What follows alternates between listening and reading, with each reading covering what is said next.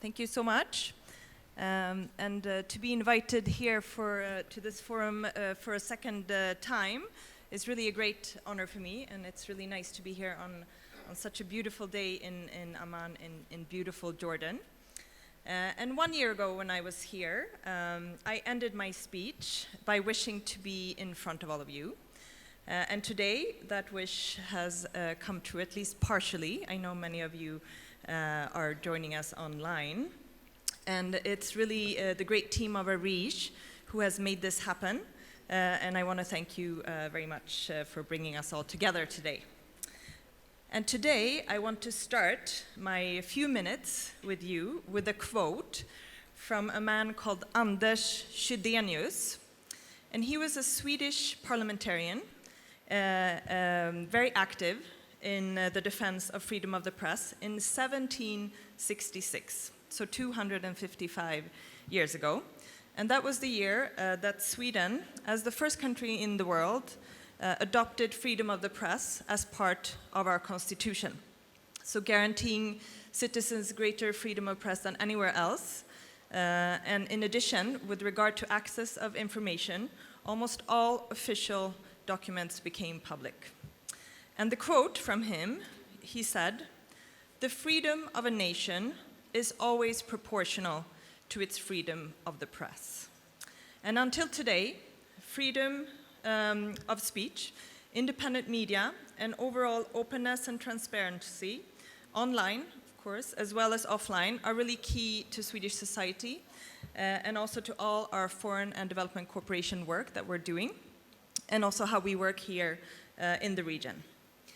And we are indeed living in a troubled world, as the theme of this year's conference, Journalism and Accountability in a Disrupted World, is rightly pointing us to. Not only is the pandemic changing our lives, but we also fight other pandemics and threats. The climate crisis is indeed an existential one, and this region is among the worst affected.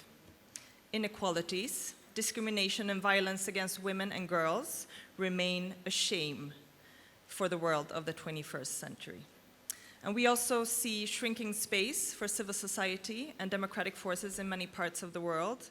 Gaps between people are widening, basic human rights are challenged, and polarization is increasing. And we have another pervasive disease which threatens development in all forms, namely corruption. And we need to understand these developments and to find ways of adapting and managing. And there are strong counterforces here: factful information, credible communication, independent media, and investigative journalism. And you here today, you represent these forces. Your work is really fundamental in highlighting all these developments and making us understand the consequences.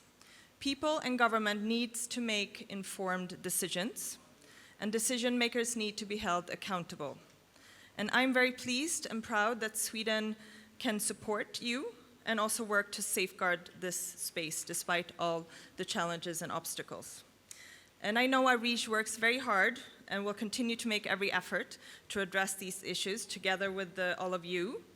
And herein, for me, lies so much hope.